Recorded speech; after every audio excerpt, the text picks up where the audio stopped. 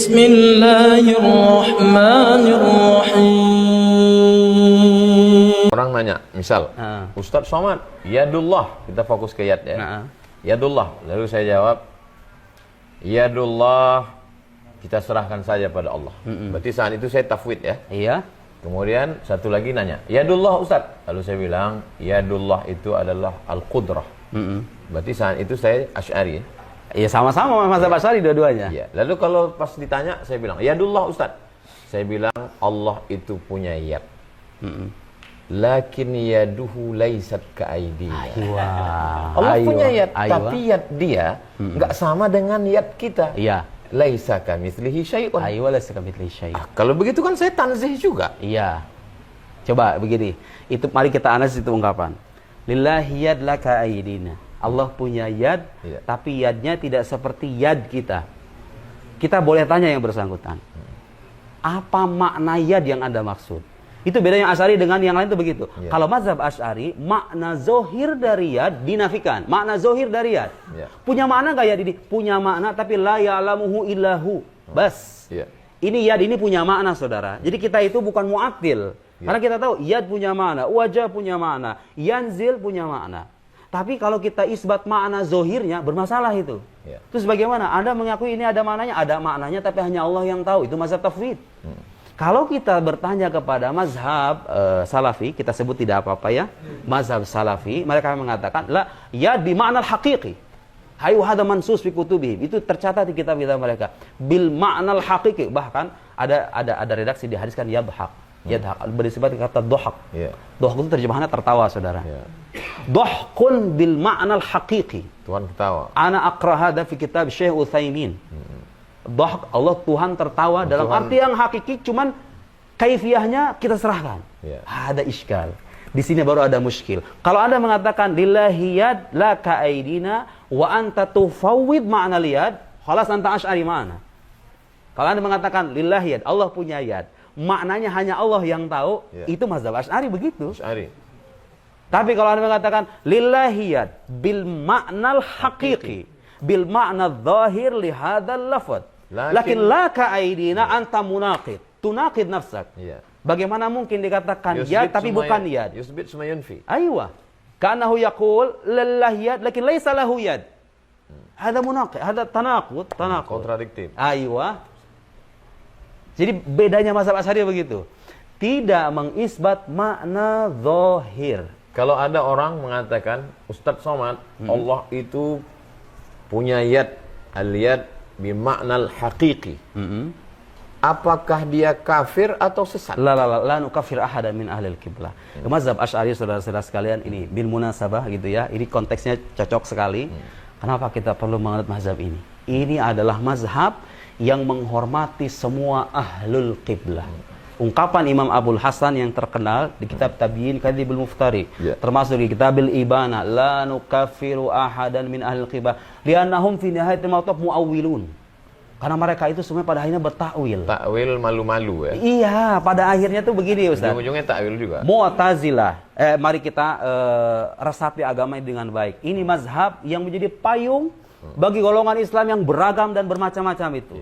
Mu'tazilah, Syiah, Ibadiyah, Salafiyah, Al-Wahabiyah, bi syatta atyafiha, dengan semua ragamnya. Kita kalau baca maqalatul Islamiyin, saudara, Syiah itu ternyata variannya ratusan, bahkan enggak berkata ribuan. Cuman udah nggak ada sebagian besarnya. Itu ya. Mu'tazilah itu sekte-sektenya, apa? Varian sektenya, masya Allah, seabrek-abrek. Ada yang dikafirkan sama Imam Abul Hasan? Tidak ada. Mereka itu paling jauh kita katakan menyimpang. Berarti kalau dia katakan, Ustadz, Aina Allah, biasanya kan kajian pertama kan itu. Kalau kita kan hadis pertama, Ar-Rahimun yarhamuhumur rahman yarhamu, itu hadis yang pertama. Kalau dia hadis yang pertama, Aina Allah. Lalu Aina Allah, terus Allah fis sama, dalil Ar-Rahman 'alal arsy istawa, istaqarra wa jalasa. Dia tidak kafir. Pada akhirnya begini Ustaz. Jadi pada akhirnya kan mereka akan mengatakan begini, duduknya tidak seperti kita. Ada ungkapan ini nih, ada ungkapan ini nih. Tapi duduknya tidak seperti kita. Inilah ungkapan yang kita enggan mengkafirkan mereka gara-gara ungkapan ini nih. Allah duduk, tapi duduknya enggak seperti kita. Pada akhirnya mereka itu ada celah bertawil kan? Nggak jadi kafir gitu. Nggak jadi kafir. Coba kalau mereka bilang Allah itu jism ka'ajsamina nahnu. Allah jisim seperti jisim makhluk. Khalas anta kharajta minal Islam. Alasta mu'minan. Anta ta'budu sonaman. Anda menyembah patung ketika itu, bukan menyembah Tuhan. Tapi gara-gara ada ungkapan, Ibnu Taimiyah tuh ngomong-ngomong di sebagian bukunya, itu paling gak suka mengatakan Allah laisa bijismin. Dengan alasan apa katanya? Lam yarid fil Quran wala fis sunnah. Ya. Enggak ada di Al-Quran dan enggak ada di sunnah. Coba, ini mindset begini, sampai sekarang kita jumpai di pengikutnya. Mentang-mentang enggak ada ungkapan di Al-Quran, terus kemudian bid'ah. Ya, Allah laisa bijismin itu masih di bawah naungan pemahaman ayat laisa kamitslihi syai'. Allah bukan jisim. Apa artinya jisim? Memang enggak ada, saudara. Anda mau cari Al-Quran dari Fatihah sampai An-Nas, Allah laisa bijauhar wa laisa bi'arad. Di zaman Nabi dilihat ada ungkapan itu, ya emang enggak ada. Karena orang zaman dulu enggak debat masalah beginian, Ustaz. Iya. Nah, itu baru muncul belakangan. Setelah muncul filsafat Yunani, ada pembahasan jauhar, arad, substansi, aksiden dan lain-lain.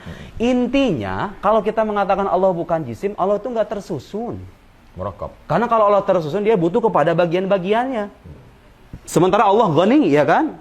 Ya antumul fuqara ila Allah wallahu al-ghaniyul hamid. Allah ghani. Apa artinya ghani? Allah tidak butuh kepada apapun. Makanya dia bukan jisim. Jadi mengatakan Allah laisa bijismin itu ada dasar Qur'annya enggak? Ya ada. Cuma bukan redaksinya, tapi intinya. Intinya apa? Kita menyucikan ketersusunan. Qul huwallahu ahad. Silahkan baca, ada satu kitab bagus sekali. Dan ini musuhnya Ibnu Taimiyah. Dari kalangan Asy'ariyah. Imam Fakhruddin Ar-Razi. Ngarang kitab Asasut Taqdis. Kemudian dibantah sama Ibnu Taimiyah Bayan Talbisil Jahmiyah. Asasut Taqdis, di kitab Asasut Taqdis beliau mengatakan ayat yang sering kita hafal surat Al-Ikhlas, Qul huwallahu ahad, Allahus samad, lam yalid wa lam yulad, mengatakan Qul huwallahu ahad sudah masuk di dalamnya Allah laisa bijismin, wa laisa bijauhar, wa laisa bi'arad, wa laisa bimutahayyiz, la yahwihi zaman wa la yahwihi makan. Itu sudah mencakup semua Allahu ahad. Karena makna ahad itu apa artinya ahad? Ahad esa itu artinya apa? La yatajazza. Allah tidak tersusun dari bagian-bagian. Allah wahid, la yata'addad. Allah tidak berbilang, enggak dua, enggak tiga. Jadi kalau Allah tidak tersusun berarti Allah bukan jisim dong? Allah tidak jisim, tidak arad, tidak di dalam, tidak di luar, tidak di atas, tidak di bawah, tidak di alam.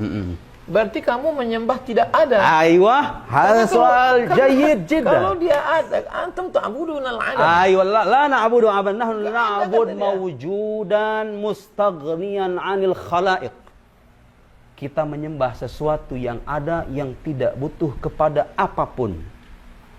Saya mau catat, mengatakan sesuatu ada, sesuatu dikatakan ada bukan karena dia terlihat, bukan karena dia bertempat, bukan karena dia berwaktu, bukan karena dia tersusun. Kapan sesuatu dikatakan ada? Kalau dia bisa memberikan dampak. Tangan saya ini, kalau saya pukulkan ke meja, lahir dampak. Tangan saya ini bukan sesuatu yang real, ada. Karena ada dampaknya. Kenapa Allah kita katakan ada? Apakah karena dia bertempat di langit? Apakah karena dia itu berwaktu seperti kita? Tidak. Allah dikatakan ada karena dia menjadi penyebab utama di balik keterlairan alam semesta. Ini dampak dari kuasanya. Jadi menyebut Allah ada itu nggak ada hubungan dengan kebertempatan, keberwaktuan, keberarahan. Kenapa? Karena saudara-saudara sekalian, tempat, waktu, arah itu semuanya ada dengan adanya makhluk. Betul nggak?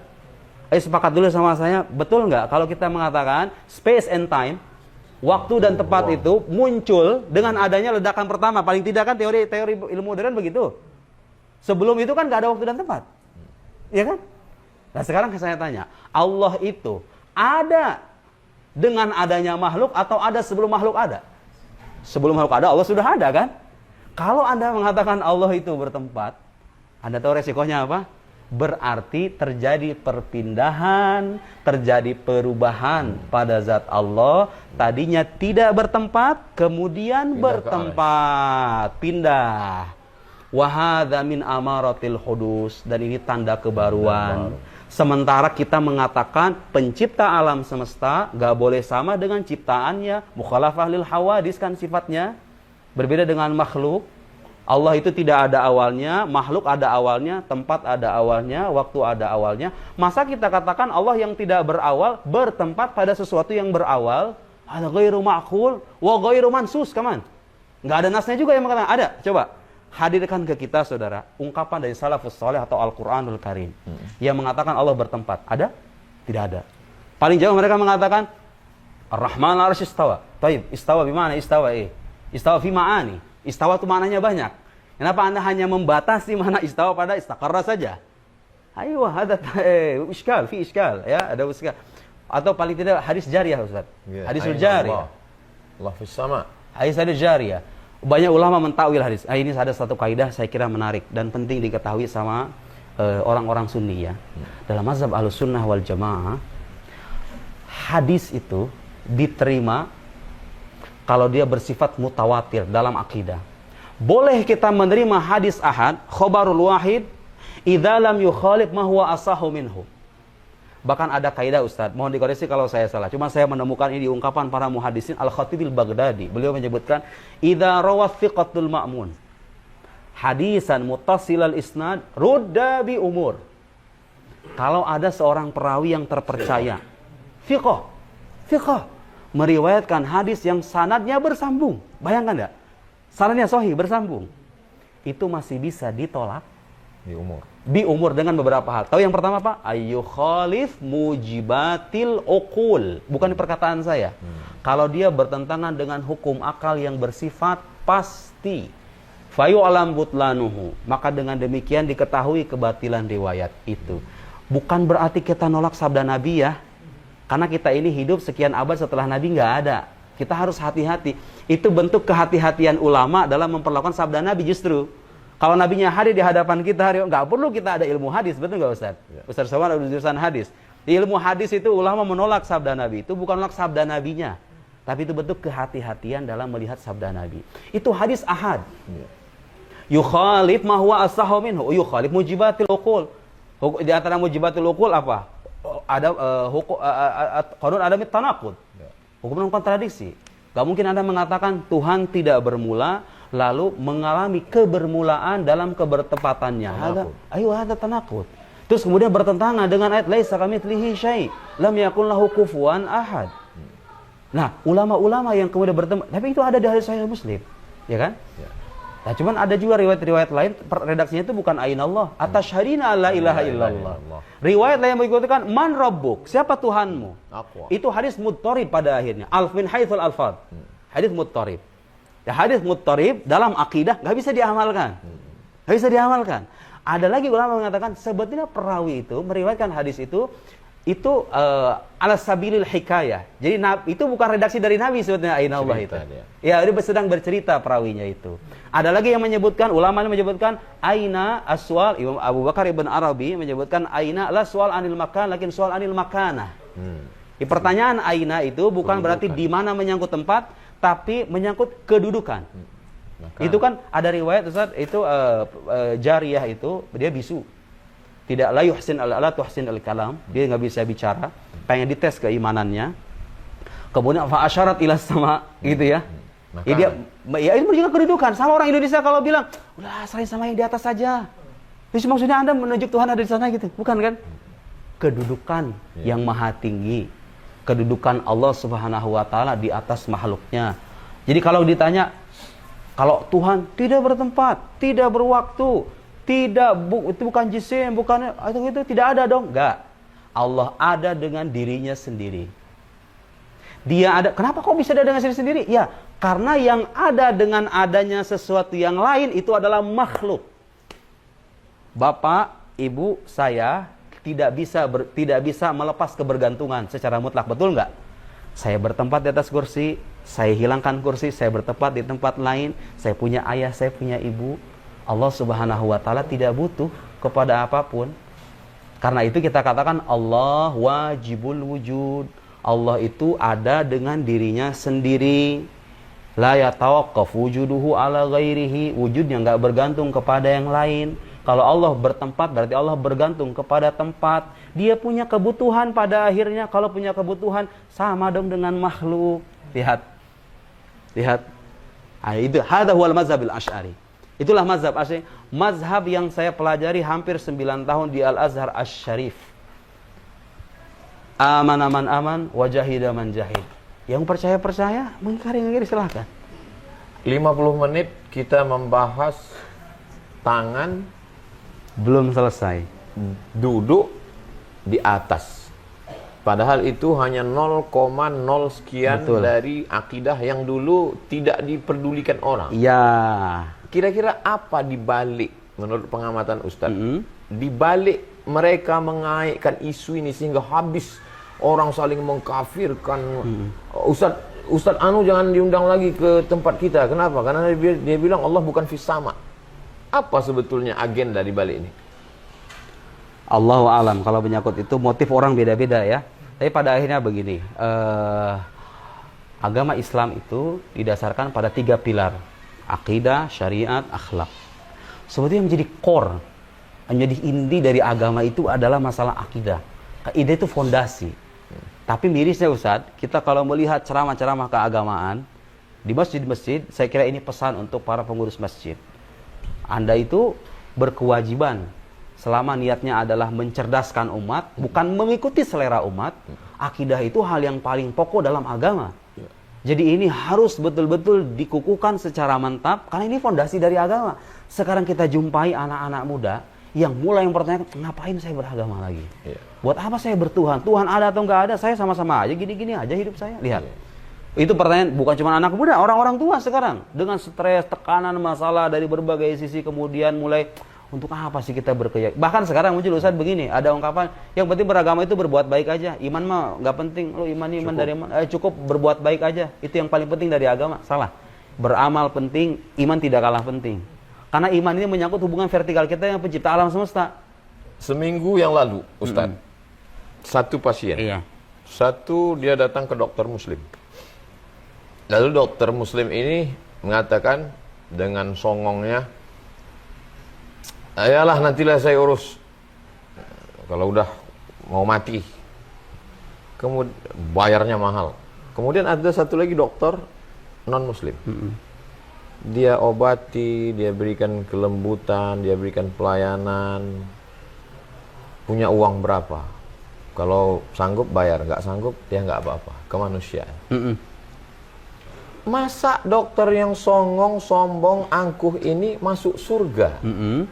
Yang baik ini kok masuk neraka? Ayo, itu pertanyaan orang zaman, betul Ustaz, pertanyaan orang zaman sekarang. Bukan pertanyaan beliau sebetulnya ya, pertanyaan orang di luar sana. Kok bisa gitu ya? Harus kita catat bahwa menyangkut surga neraka, hadal amr biyadillah.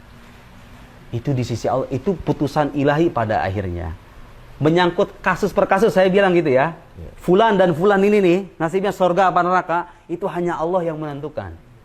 Ulama-ulama itu hanya membahas kaidah umum aja. Wa man mata 'alal Islam wa musaddiqan binabil Islam, membenarkan agama Islam. Kalau dia membenarkan agama Islam, sekalipun dia masuk neraka, maka dia akan dimasukkan ke alam surga. Tapi kan kita itu nggak berarti setiap kasus per kasus ini muslim masuk surga, ini non muslim masuk neraka. Karena begini, siapa yang menjamin saudara itu dokter non muslim, Anda tahu akhir hidupnya seperti apa?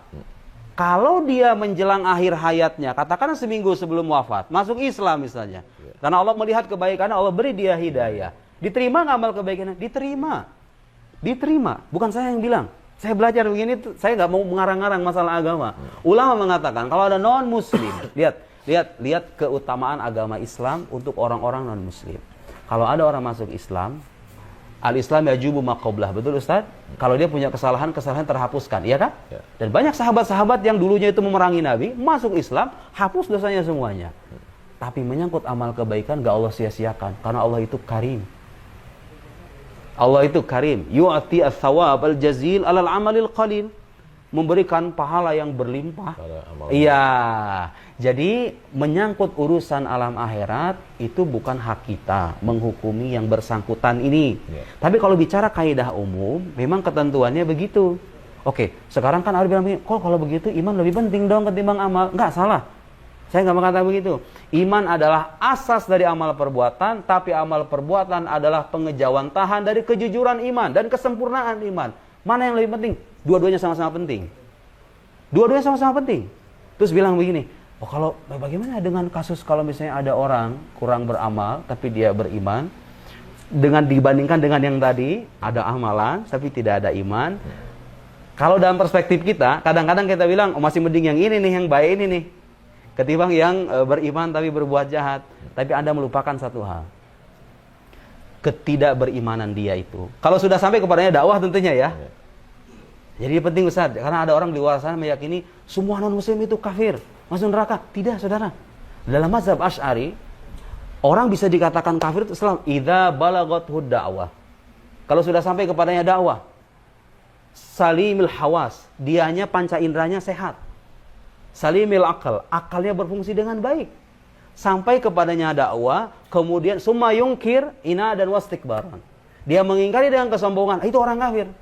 Anda kalau melihat ada orang berbuat baik, non-muslim, belum menerima dakwah, di Alaska lah, Kutub Utara, Kutub Selatan, pelosok Papua, gak mengenal Nabi Muhammad, gak mengenal Islam, gak mengenal Al-Quran. Bagaimana mazhab Asy'ariyah? Mazhab Asy'ariyah bagaimana? Silakan cek Tuhfatul Murid, kitab Imam Al-Bajuri. Itu ulama orang-orang semacam ini yuhkam bihukmi ahli al-fatrah. Wa ma kunna mu'adzibin. Wa ma kunna mu'adzibin hatta nab'atha rasula. Bahkan Imam Bajuri lebih tegas hatta wa in abadul asnam. Sekalipun dia hanya berhala, kalau belum sampai kepada itu adil kan? Adil kan? Setelah sampai kepadanya dakwah gitu loh. Kalau sudah sampai kepada dakwah, dia bagaimana kalau sekarang sampai kepadanya dakwah, dia bisa mencerna, panca inderanya sehat, tapi dia masih mencari. Masih mencari. Kafir nggak? Jadi kalau saya ngomong orang nggak bakal percaya. Kalau saya ngomong orang nggak bakal percaya. Asy-Syaikh Mahmud Syatut. Asy-Syaikh Mahmud Syatut. Kalau kita Al-Islam, Aqidah wa Syariah menyebutkan orang semacam ini nih, kalau non-muslim, udah berbuat baik ke sana kemari, belum menerima dakwah Islam, tentu dia nggak kafir. Menerima dakwah Islam, panca inderanya sehat, akalnya sehat, dia bisa mencerna, tapi masih dhalla yanzur wa yufakkir. Terus mencari.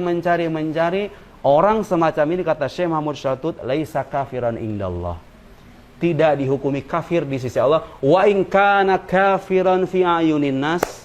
Sekalipun dia kafir di mata manusia. Allah mah adil. Allah itu adil. Makanya kita nggak perlu sibuk di nasib ini bagaimana. Itu urusan Allah.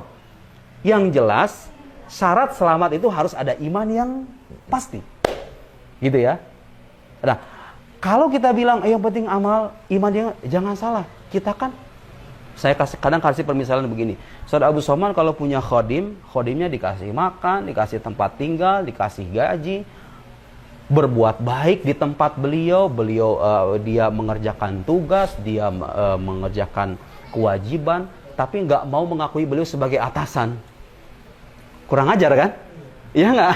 Iya nggak? Itu logika sederhana. Saya mungkin nggak sepenuhnya tepat, tapi poin saya adalah iman kepada Allah itu, kekufuran kepada Allah itu kekurang ajaran yang luar biasa sebetulnya.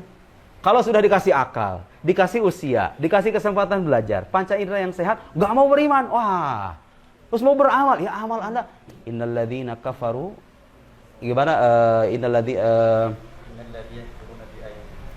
Aywa mathalu ma yunfiquna fi hadhil hayati kamathali rihim fiha sirrun asabat harakun. Pokoknya sia-sialah intinya begitu kan? Ada ayatnya. Aywa, sia-sia. Kenapa? Karena dia tidak mengakui Allah sebagai pencipta alam semesta. Itu kekurangan, jangan dilupakan gitu loh. Jangan hanya melihat agama itu sebatas amalan, tapi imannya dilupakan. Itu kurang ajar juga loh, luar biasa kan? Ya kan? Luar biasa kan? Ya Islam itu senantiasa menyandingkan iman dan amal soleh. Apakah amal soleh bagian dari iman? Mazhab Asy'ariyah laisa juz'an minal iman walakin mukammil lil iman.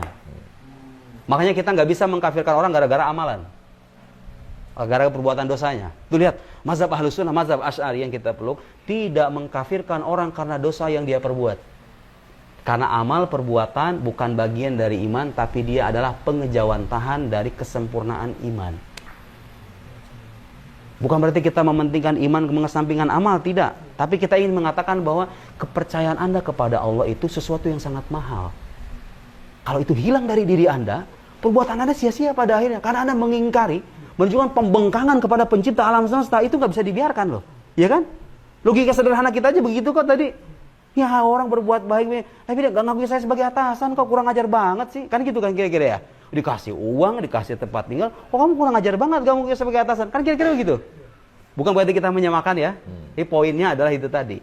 Bahwa iman dan amal saleh sama-sama penting dalam agama Islam. Dalam agama Islam. 1 jam terlalu singkat untuk membahas akidah bersama Ustadz Nuruddin. Oleh sebab itu ikuti terus selama 3 hari ini. Dari mulai hari Jumat, hari Kamis, hari Jumat. Lihat jadwal-jadwalnya, sudah kita share. Tulis semua pertanyaan-pertanyaan. Dari mulai Masjid Al-Husna sampai ke Duri, Masjid An-Nur, Masjid Ar-Rahman, Masjid Agung Ar-Rahman, Masjid Raya An-Nur. Mudah-mudahan kedatangan Ustadz Nuruddin memperteguh kekuatan keyakinan akidah kita, lalu kemudian berbuah pada amal soleh, sehingga Riau menjadi lebih baik ke depan, insyaAllah. Jangan lupa tonton channel Ustadz Nuruddin, subscribe, like, share, and comment. Berkah selalu, sukses. Assalamualaikum warahmatullahi wabarakatuh. Waalaikumsalam warahmatullahi wabarakatuh.